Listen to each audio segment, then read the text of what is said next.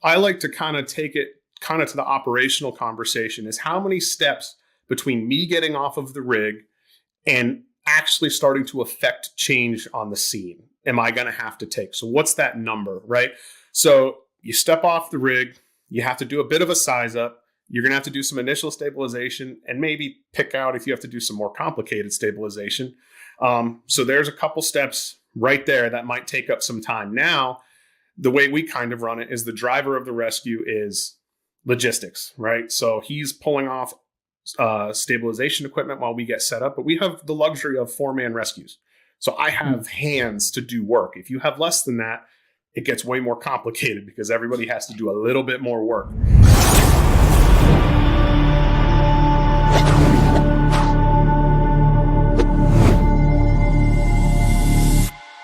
Hi, this is Chris McLoone here with Fire Apparatus and Emergency Equipment. Welcome to this episode of our podcast.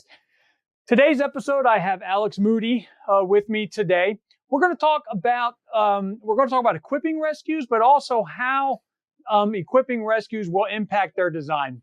The idea kind of came about through an article that Alex wrote for us. It's going to be in our August issue, which should be getting into the mail stream very soon. And Alex, just to get us started, before we dive into the main topic, which is, how all this equipment is going to impact the design of a rescue truck, just give us a real quick preview of what's inside your August article. It's called Heavy Rescues. It's what's inside that counts. Yeah, sure. No problem. Thanks for having me, Chris. So this whole impetus kind of started, obviously I work with Nick Wilbur, a frequent guest on the podcast for sure. And he started, he was out doing these evaluations of different departments and such, and he would start sending me photos of, hey, I found this on a heavy rescue. Is this what you would consider something appropriate for this? And just little questions and kind of sometimes things back and forth where I would respond saying, no, I don't know that would qualify as heavy rescue per se. But then that kind of begged the question of what does heavy rescue mean to anybody, right? Because we can slap whatever words we want on the side of a rig. If we don't put any water or hose on the side of a rig and call it an engine, perhaps we're missing the mark a little bit, right? And the same thought could be applied to any apparatus. So in this case, with the article, and Nick encouraged me after conversations to go through and write down what people really need to think about and questions to ask about choosing equipment, what size rig they might need based on the operations they're doing in their area, and how to choose those tools appropriately to last, years of service, and also design a rig that they can evolve as their service area maybe changes or the level of service they want to provide changes. And I didn't know that there was a starting point. The article is certainly not all inclusive. It is just a jumping off point where you could read it and say, okay, I didn't really think that about cribbing, or I wasn't thinking about that question I have with battery powered or gas powered tools. What are the questions I need to think about? So that was really the impetus, was just create a place that somebody could go to and say, let's get started. Let's start the conversation with our committee. So you mentioned cribbing just now. We're going to talk a little bit about that today. What I'm going to focus on with you today, and we can really get, when you talk about rescue truck design and construction, you can really, and you touched on this in your article just about, single axle versus tandem axle, and what that all means to not only equipment storage, but also, braking, weight, distribution, weight carrying, and all those kinds of things. We're not going to get, well, we might, depending on what some of your answers are today, but I wanted to focus on one aspect of your article, which was really the different types of extrication tools that we carry. We're going to get into that. Before we get into the tools themselves and the different types and how all those different types are going to impact how they're going to impact the design, I wanted to talk about compartmentation first. There were a couple things in your article about compartmentation. We had a couple of pictures in there. One was, single axle versus tandem axle and the difference in, just the amount of equipment you can carry. But I wanted to talk real quick with you about highly customized compartments versus compartments that might be more standard. You can really, really go to town with highly customized compartments where every tool has its own, every piece of equipment has its own spot that's perfectly sized for it. It fits in. It's almost like a puzzle piece Yeah, Or you can go with a more standard type of compartment where, you really have to figure out how you want to mount those tools, in terms of just making sure that they're not like just bouncing around, that kind of thing. absolutely. So also, a lot of times when you go with the more standard, it's easier to plan for the future, for future expansion. Because if you have one of these deals where every compartment has been so customized that you can't add anything later, that'll also get you into trouble. So I just wanted to discuss a little bit about compartmentation and how maybe kind of like get your pros and cons of each. I mean, there are pros and cons of customized compartmentation versus those standard compartments. So let's just talk about that a little bit. The standard might not look as pretty, but they do allow for future expansion and tool adjustment. So talk about compartmentation and how depending on the decision you make, and how the decision you make will impact future expansion. And a lot of times when we talk about that highly customized compartmentation, we're talking about some bucks too to spend to get that engineered. Absolutely. So, I mean, I think that is a great jumping off point too, because certainly if you're trying to delve into designing a rescue, you have to answer some of these questions ahead of time in terms of the tools you're going to pick. And that is a conversation with your compartmentation that needs to happen kind of simultaneously. Certainly, when you think about a compartment that's maybe going to hold, since we started with it, kind of cribbing, that's pretty basic. Depending on what you try, you're going to use that whole box to hold whatever wood you're choosing to carry. On my rescue, we're almost carrying almost 600 pounds of cribbing between the 6x6s, 4x4s, and step chocks and stuff. So that weight matters, potentially where you're going to put it. And that applies to any decision you're going to make. Certainly some struts out there can weigh like 30 pounds a piece. So you have to keep those numbers in the back of your head as you start to calculate the weights and design those compartments. The other thing you want to pay attention to is those are big numbers. Certainly one 4x4 is not straining anybody, I would think, in the fire service. But you are going to put those somewhere that somebody's going to have to get them off the rig. So having those clean stacks where we can put the rope, the cordage through each other so we can pull off maybe a bunch at a time. But if those compartments, and I'm a tall guy, I'm like 6'2", 6'3". So I take for granted head height for me is great. But if you have somebody who's smaller at 2 o'clock in the morning, has to pull a big bin and you've crammed a bunch of stuff into one of these metal bins or poly bins, whatever you choose to use, if that's way over their head, that can be a hazard. And we don't want to deal with those kind of injuries. Just from people getting equipment off the rig. Another thing I like to think about with compartmentation, just like you said, expanding into the future. And if you do want to be able to evolve your services, I would love the look of like those really fancy foam cutouts where every wrench has its exact place. But then as soon as you decide to upgrade that wrench, or in our case, probably something like a spreader or something, well, it's not going to fit in that same foam cutout or whatever that exact pretty puzzle piece we've made is. So slide out trays with some basic mounts, metal wedges can kind of hold the tool in place, obviously with your strap and tie downs, whatever you choose to go with, to make sure you're being safe going down the road. Those are easy to swap out. So if you do upgrade your tools, or you have to get a new one, or you find something new on the market, because the manufacturers are constantly making better and stronger tools. I think slide out trays are great also because if they are overhead, you can make them come down so that somebody shorter can reach up and get them. The other thing to think about these compartmentation, especially on heavy rescues, because it's kind of a jack of all trades rig, depending on where you are and what your jurisdiction does. We do carry fans and chainsaws and rotary saws on ours.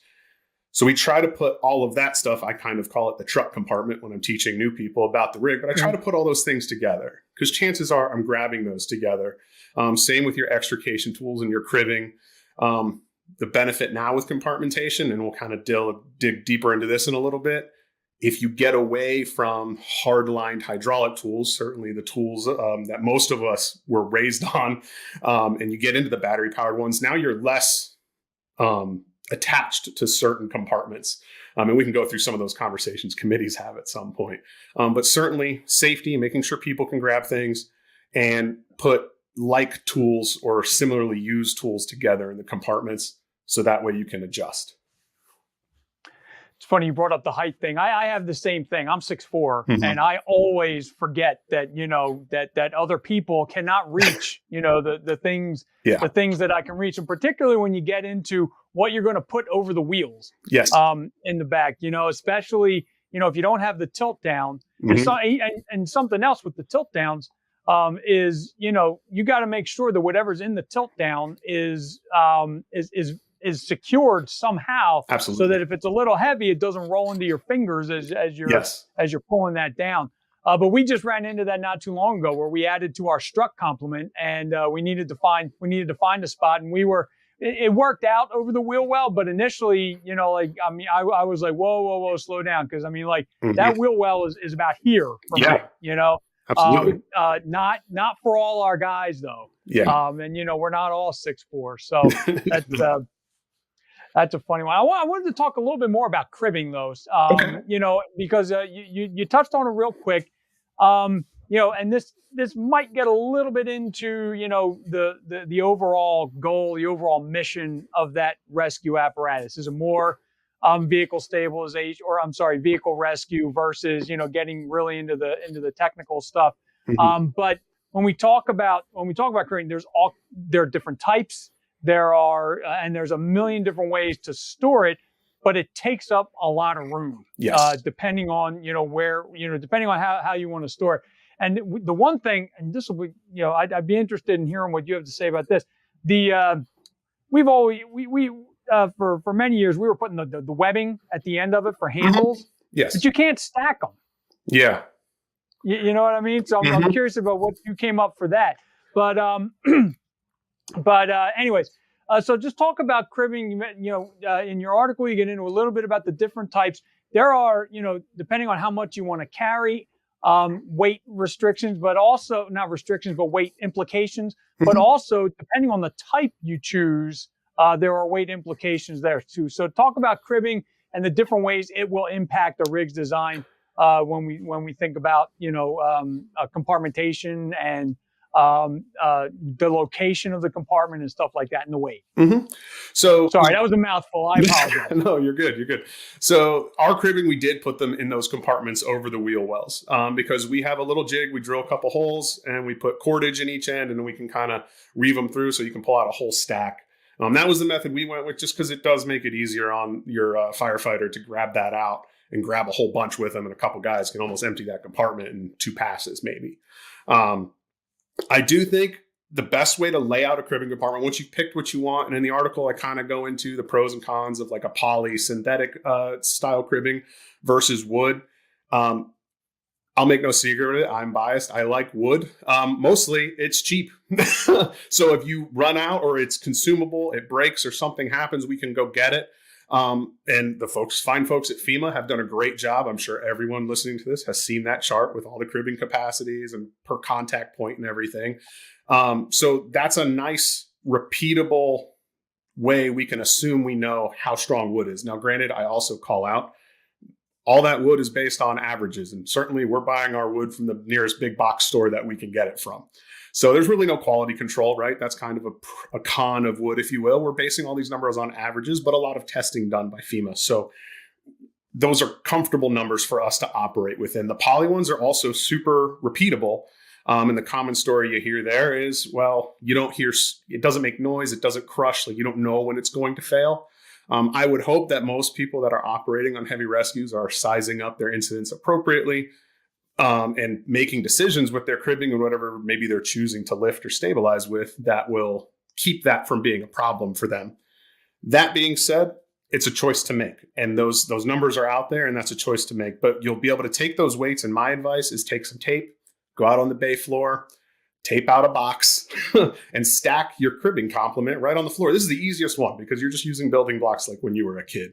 Much easier than when you start laying out tools that take up awkward types of space. So for cribbing, start with a complement and then think about what your lift is. So we have the common terminology of lift an inch, crib an inch.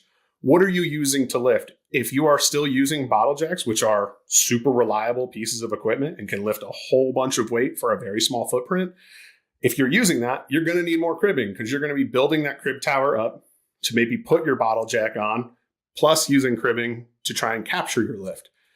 Depending on that kind of situation you have, you may need way more cribbing. That also depends on what kind of vehicles you're trying to lift, how high are you trying to lift them. That will lead it itself into a conversation we can have in a little while about struts. So that can make up that cribbing, right? If you have struts that you can use as progress capture, you can do that and maybe have less cribbing. These are all questions that fall under the category that I think is very common on this podcast of it depends. So you and your committee need to have a serious conversation about how are we going to operate? What are we going to use to do that? And is cribbing the answer for one or more of those operations we've talked about? Just hope that answers everything. Absolutely. So, all right. So cribbing now that that's kind of out of the way, and again, we're still talking about, equipment that we're going to use for vehicle rescue. Or I say vehicle rescue, I should say extrication, vehicle extrication. But talk about some of the types of extrication tools that are available today. Most people, I think, are familiar with all the different ones that are available today. However, what we're going to get into is then how that impacts, how you design the rig. You alluded to it earlier, and I'm the same way. When I came in, we had power units that were mounted, electric power units that were mounted in the truck. Maybe the tray slid out just so we could, because there might have been a tool mounted in front of it.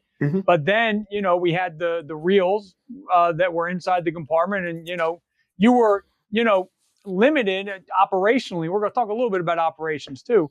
Operationally, you were limited really to the length of that hose. There have been all kinds of advances in extrication tool technology where the length of that hose today, it still impacts the power that you have at the tool. Certainly not as much as it did, back in the day when you and I were first starting to get into this. So talk about the different types available today. We've got hose, we've got hose to electric units, we've got hose to gas units. Just take us through what we're looking at when we go out to spec the equipment we're gonna put in these compartments. Yeah, so certainly the first heavy rescue I rode out of in Prince William County with OWL Volunteer Fire Department had reels and onboard generators, and then we also had like portable generators. So the hose was your limiting factor for how far away you could park from the incident to accomplish the goal of extricating a patient, right? And that's still a limiting factor today. If you use those reels, those are your tether. You can go as far as that leash allows you to go. And then a lot of departments, if they had that, they would have a portable one too. So if somebody was down an embankment or in the woods and you couldn't use your onboard reels, you would take, a big old roll of portable hose, you'd throw it over your shoulder with a tool, and somebody else would have the portable generator and have to haul that all the way down the hill. It's a lot of stuff to make an operation like that successful. And those still are completely viable options. We still carry them at work. I have them on the rig right now. We also have the battery powered ones. So the battery powered tools, they're lighter. They take up a little bit less space. But they're still using the same NFPA cut ratings. So it used to be 1936, I think. Now it's 1960. It lays out what those cut ratings are for tools to tell you how much power they have or what they can cut.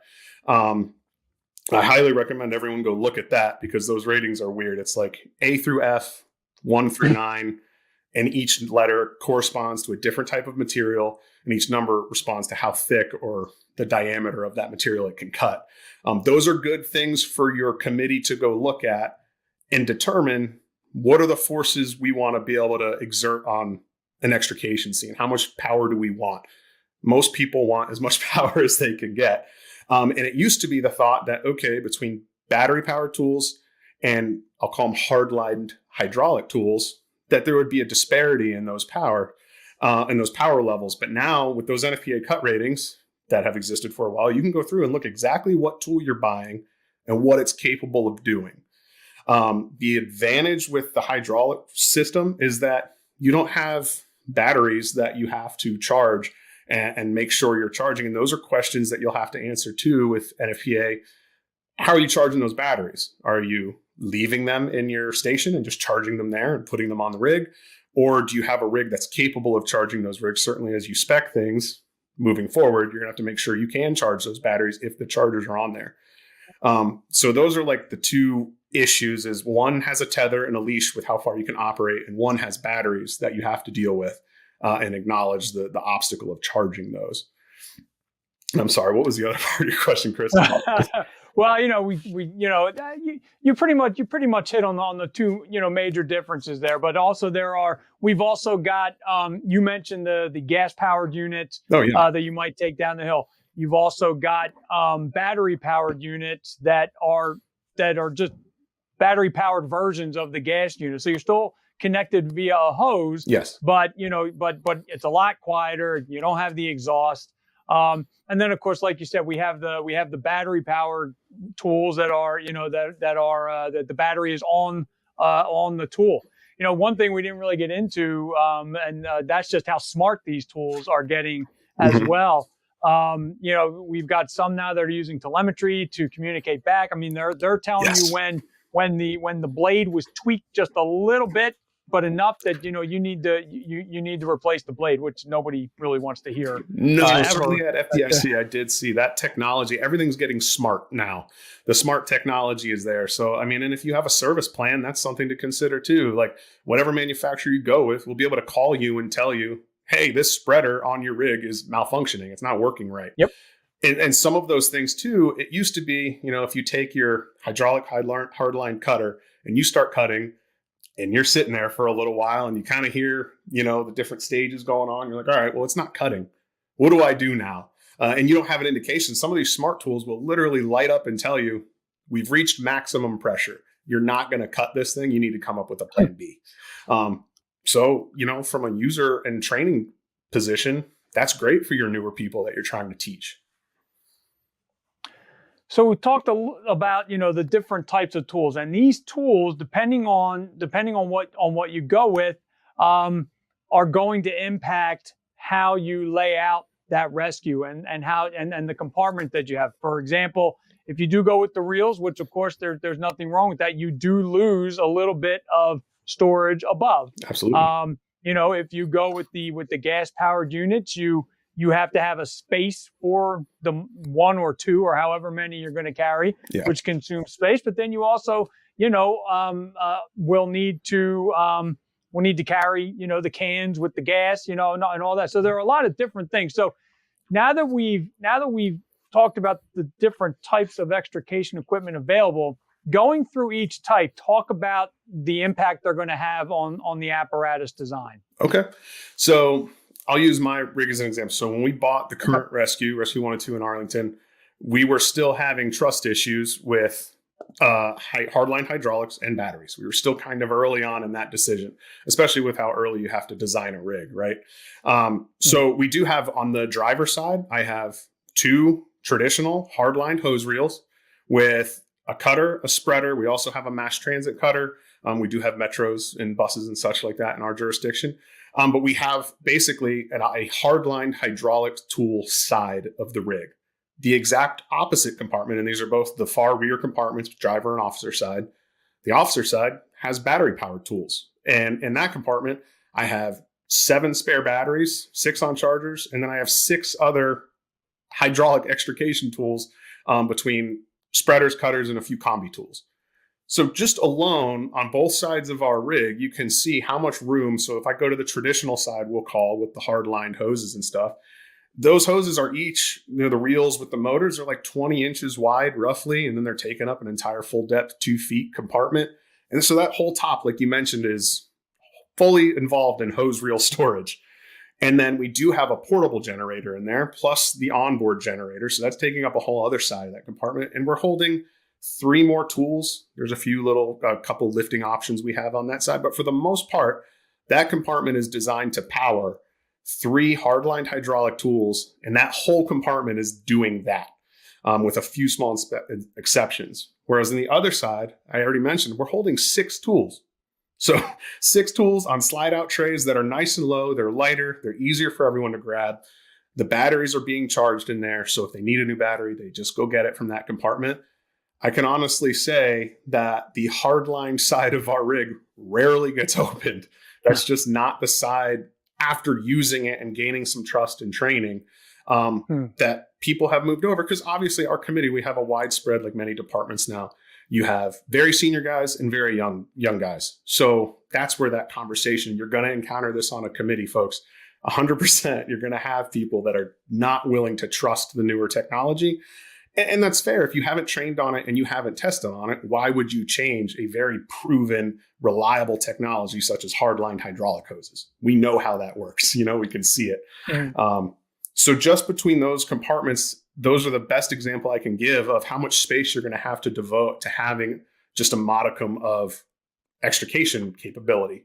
Now, again, you can get into the nitty-gritty on which tools are more powerful if you want to spend the money. We made sure we had an all-nines cutter on that side of the rig, on the hard-lined hydraulic side, because we didn't spend the money on an all-nines battery one, and that relates to those NFPA cut ratings I was talking about. But now, there are all-9 battery-powered cutters. So you have to ask those questions and figure out, do you want to split the difference, or do you want to go jump in with both feet on a certain technology? And there are multiple manufacturers for each. It's not only one company out there that's making battery versus electric or gas power unit tools now. So you really have to do your homework. But one of the things is, as I'm sitting here thinking about it, with what you were saying, first of all, rescue trucks are a little unique. And I'm diverging here, so just stick with me while I talk through this. But rescue, when you think about the generator that needs to be on the truck. Now, I think most rescue trucks are still, supplying quite a bit of light and things like that. So I don't know if we're at a point yet where you can complete. Maybe we are on some. I know on our pumpers that we took delivery of back in 2021, they do not have generators on them now. Everything's battery, the fans, everything. The light, we didn't put light towers on them, so it's all vehicle mounted lights. So we don't have that. So that was an expense that we didn't have on those two units. Certainly, if you decide to go with a more battery powered tool complement, you won't need as large a generator potentially as we had in the past. But the other thing I was thinking about as you were talking is not only, we've been talking a lot about storage and the amount of space in the compartment, but think about, how many, was it 9 batteries, 6 batteries you have? We have 6 batteries on chargers at all times, plus the batteries that are already on the tools. So you need to wire that compartment for electric, so that when you plug the shoreline in that you're there. But also if you're going to do the hosed reels, you've got electric power units in there that are also going to require, the electricity for them. So it's just some of this stuff, you forget, it's batteries, but no, you do, unless you're going to keep those batteries in the firehouse, which some people do. Some people will keep them in the station and they'll, like you said, they'll yank them when they have to go. God forbid they forget, but that's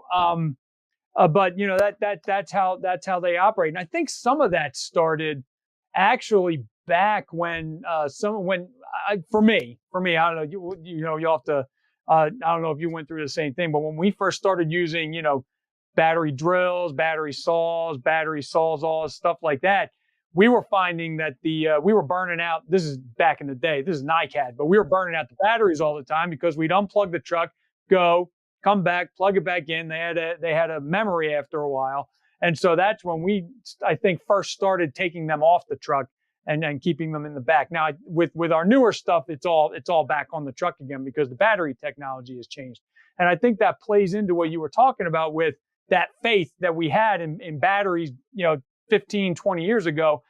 The technology's come a long way on the battery side. Absolutely. And I this is anecdotal, right? This is my experience. So I don't want people to don't take this as gospel, but we aren't using our extrication tools. We're doing door pops where we have some involved extrications, but for the most part, you're not operating on an extrication scene for hours, right? Like that's just not normal. That does happen. Have these nasty pileups in the winter and stuff like that. You could be out there for a while. But for the most part, I don't think people are out there running these tools constantly for hours. That being said, we do our own in-house vehicle extrication class in Arlington. So we're using our frontline tools out there. And anecdotally, and the students are out there, they do use the hardline hydraulic tools, but they also are using our battery powered tools. And we'll have 3 cars being cut simultaneously at different stations. And one thing that proved it for me certainly was when I started helping out with teaching that, I noticed we're running these tools on a couple cars simultaneously, accomplishing multiple goals, multiple door pops, cutting different posts, completely dismantling these cars, and maybe swapping out a battery once. To me, that was kind of the first time where I started going, oh man, this technology that we've invested in really does have its place. Like we're finally getting to that tipping point. And I think even the most senior guys on the rig at the time were really impressed because they were used to the hardline hydraulic tools and they trusted them. And to see them being put through their paces, one, by students who sometimes do some things and try to cut some things that we would prefer they did not. But even just putting them through their paces and using it like, hey, we would use a Sawzall, but we have this cutter. I'm going to use this instead. The battery was lasting. So that is one of the first things people can get concerned about is the battery life. Am I going to get 2 cuts out of this thing and it's gone? I don't think that's the case. Same as battery life, like how many times or how long can I have that tool running just waiting, right? Because a hydraulic tool, you fire up the generator, you can set the tool down and walk away for an hour. It's still going to be ready to go. So I wouldn't do that with your battery tools, but it's a button. So just turn it off if you set it down. It's very simple little things that like operationally your guys might have to get some new muscle memory. And think about other things I forgot to mention is some people are making battery powered hydraulic like backpacks that you then have a hose and it has hydraulic fluid in it. And you hook up, whatever your existing tool complement is. So something for some of these smaller jurisdictions, say you're buying a new rig, which is a huge investment anyway, even if it's a used rig. The other thing to consider is, well, if you've got those hardlined hydraulic tools, you don't necessarily need to get rid of them. If they're still serviceable and they're still working, I understand budgets are tight. So there are options where you could say, hey, this has this connection. I'm using whatever manufacturer. Look and see if they have a backpack version. It's kind of a hybrid between traditional hydraulic technology and a battery. But that means you maybe don't have to buy all of your tools at once. It seems kind of goofy to wear it, but we have one and it does work if you choose to use it. That's just another option for people, especially those smaller departments with tight budgets. Now you mentioned your own rescue truck, and you mentioned how you have the one side is all the hosed tools. Mm-hmm. Are they roll up doors or are they traditional? We have traditional, just open each side up. Yeah, we didn't decide to go with the roll up doors. Just thinking about because that's one more thing that kind of goes. It gives you another mounting option. It does. Some of those and those roll up doors too. You can run into the clearance right at the top. So that's something that people need to consider is depending on where you're putting whatever tool, those roll-up doors can give you some great options, but they can also take up space in a compartment that may already be getting tight. Yeah, bottom line is that, like you said before, it always depends, and there is a trade-off on every one of them. Absolutely. I've thought about that. And, we're talking about just the trade-offs and tools. We'll get a little bit more into that in just a second, but just just the trade-offs with everything that we've talked about in terms of apparatus design. You take a little bit here, you got to give it somewhere else. You got to take it away from somewhere else. It's the whole thing. It depends, and it's always there's always a plus and minus and a give and take on every option you choose. So we talked about on the rig. I wanted to get off the rig just because you talked about this a little bit in the article, but talk about the different impact that these extrication tools have on the operation. We talked about that limiting factor of the hose, but we've also talked about just talk about the trade-off with switching to gas units. You have the portability, but there are consumables there. There are consumables with the batteries. Ultimately, those batteries are going to have to be replaced. Because you're going to have those tools for a long time. So just talk about the impact on operations depending on which type of tool you go with and some of what those trade-offs are. Yeah, and I like to kind of take it kind of to the operational conversation is how many steps between me getting off of the rig and actually starting to affect change on the scene am I going to have to take? So what's that number, right? So you step off the rig, you have to do a bit of a size up. You're going to have to do some initial stabilization and maybe pick out if you have to do some more complicated stabilization. So there's a couple steps right there that might take up some time. Now, the way we kind of run it is the driver of the rescue is logistics, right? So he's pulling off stabilization equipment while we get set up, but we have the luxury of 4-man rescues. So I have hands to do work. If you have less than that, it gets way more complicated because everybody has to do a little bit more work. But he's going to start pulling stuff. So I can just start going to work and putting things up where I need to put them to stabilize. And he's also going to start pulling off, Sawzall or, reciprocating saws and all kinds of extrication tools for me to use, especially based on whatever size up we came up with as a team. So that kind of helps. But if you are on a lesser staffed rig with 3 people, okay, well, now I got to get maybe that gas powered portable pump all the way down here. And I've got to get the hoses hooked up. I've got to start it. And obviously, hopefully everyone's doing their shift start of all of their tools, making sure everything runs before they get to the scene. But if you're on a home response rig, like when was the last time that gas powered unit was checked out? I don't know. It depends on your operations, but now you have to get that thing there, hope that it was fueled by whoever was at the station last, and make sure it starts and get your tools in operation. And that can take a couple minutes, especially if you have to troubleshoot a small engine. So to me, having something, the onboard reels are great because they just turn on with whatever generator switch you happen to have on your rig, and you can go to work with that tool. Same with the battery powered ones. If you have the batteries pre-mounted in, which I would say is the correct way to carry those tools around, have the batteries ready to go, you can just turn on the button and go to work. So one of the benefits to the portability of those hard-lined gas-powered units or even the electrical-powered units, you have to get them there and then you have to start them. So to me, limiting those friction points for our operational members is key to making these decisions. Does that kind of touch on what you're getting at? Absolutely. And, it's interesting that as you were talking, I'm coming from the volunteer side, and it really, when you talk about how many steps and, the fact that you have the people, you're never quite sure how many or who you're getting. Absolutely. on the volunteer side. Mm-hmm. So really when you are designing some of these, you have to keep in mind, how, can one person, deploy some of this stuff while the driver's working on those logistical things that you were talking about.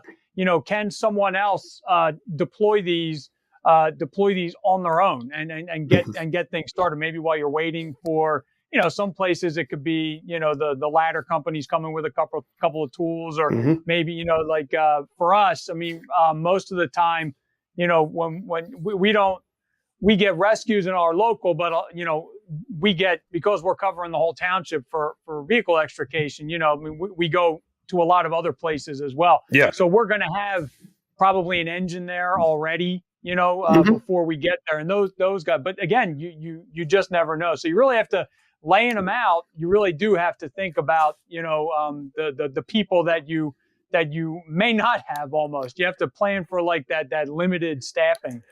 And you bring up a great point with your mutual aid partners as you are figuring out what tools go on your rescue. And I know this has been said in past podcasts, a few of which I've been a part of. You need to talk to your neighbors and figure out what they are bringing to the show. What are they bringing? Is it compatible with yours? If it needs to be, it may not need to be. But figure out where those boundaries are. And certainly on your fireboxes for your run cards, like who's showing up where on the highway, or if you don't have huge major highways, on those main thoroughfares. So who's showing up and what are they bringing? You need to find out those questions.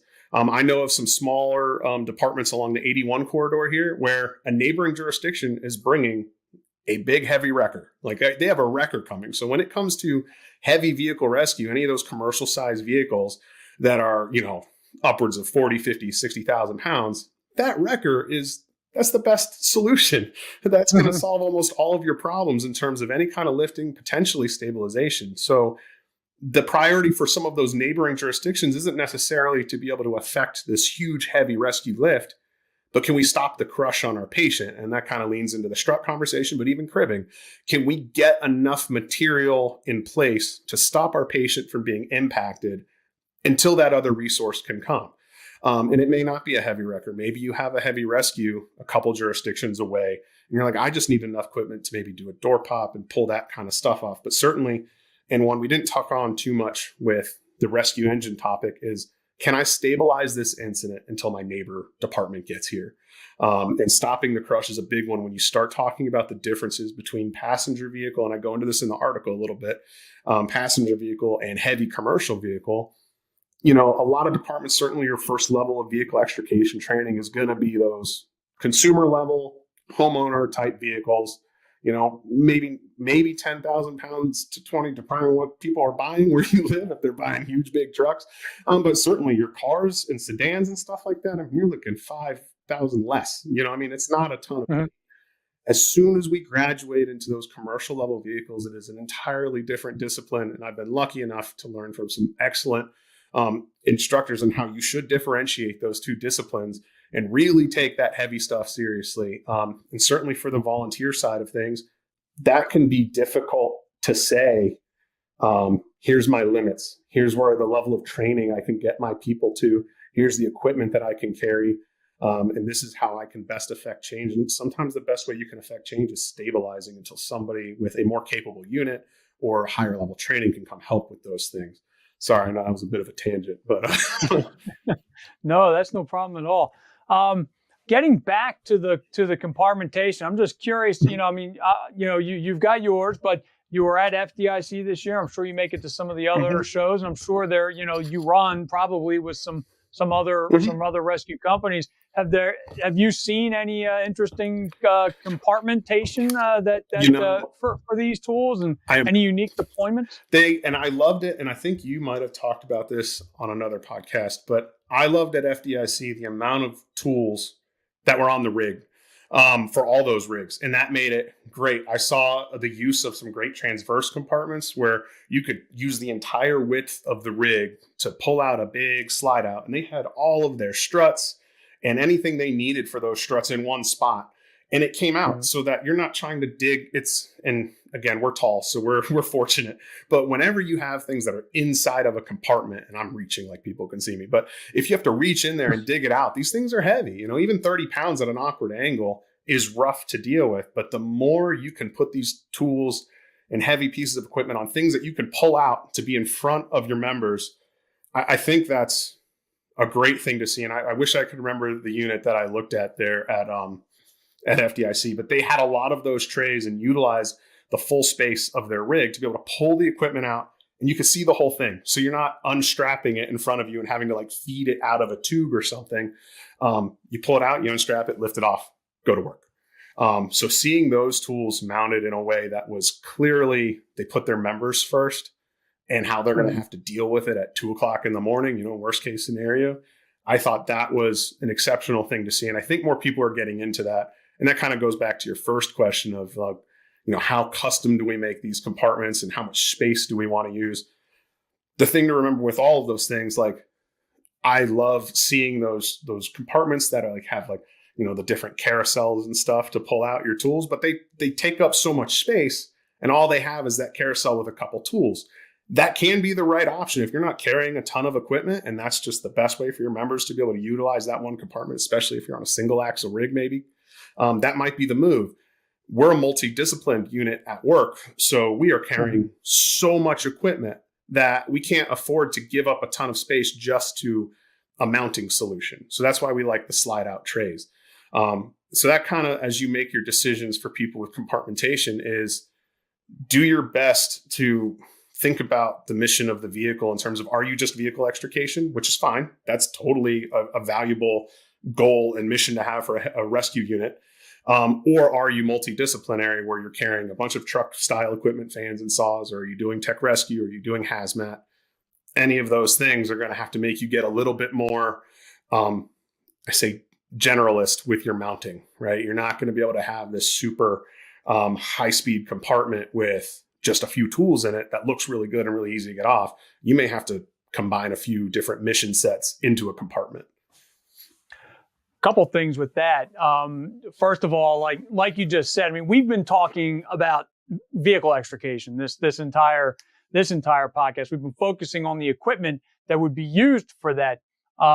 like you said, some of these rescue units are specifically set up for vehicle extrication, because that's where they go. Those are the types of calls they go on all the time. Like you, the rescue that I run on, it's set up to, it's not set up as a full blown technical rescue and vehicle rescue truck, but it's set up to get started on a technical rescue, whether it's confined space, whether it is collapse, whether it's trench. I mean, we're set up to get rolling before we start logistically getting our resources on the road and all that kind of stuff. Resources, I mean, like the lumber company bringing what we need, those kind of resources. So that's something critical too. But as you were talking, I'm picturing mine in my head, and this is not.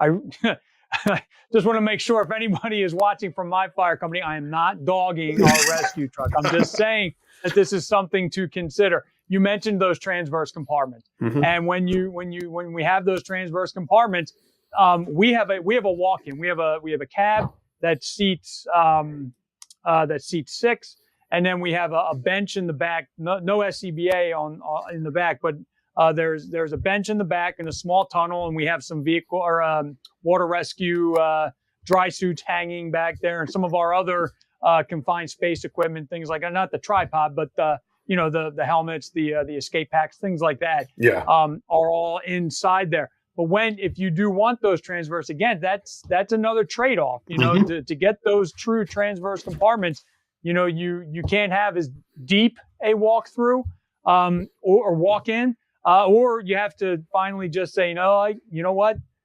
We don't carry enough people to fill that bench in the back anymore. Let's just go with the crew cab and then totally redesign or rethink how we have designed, the back of our trucks in the past. So that is something that needs. Now, we do have a deep rear compartment that has a long pull-out tray for struts and things like that. So we've done different things to compensate for not having the transverse. Again, just once again, those trade-offs. You do one thing, you might not be able to do another. Absolutely.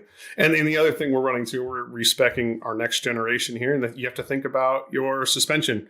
You may have, depending on the suspension or the axle you choose to go with, one that's going to affect your turn radius. We just had a long conversation on our committee about that.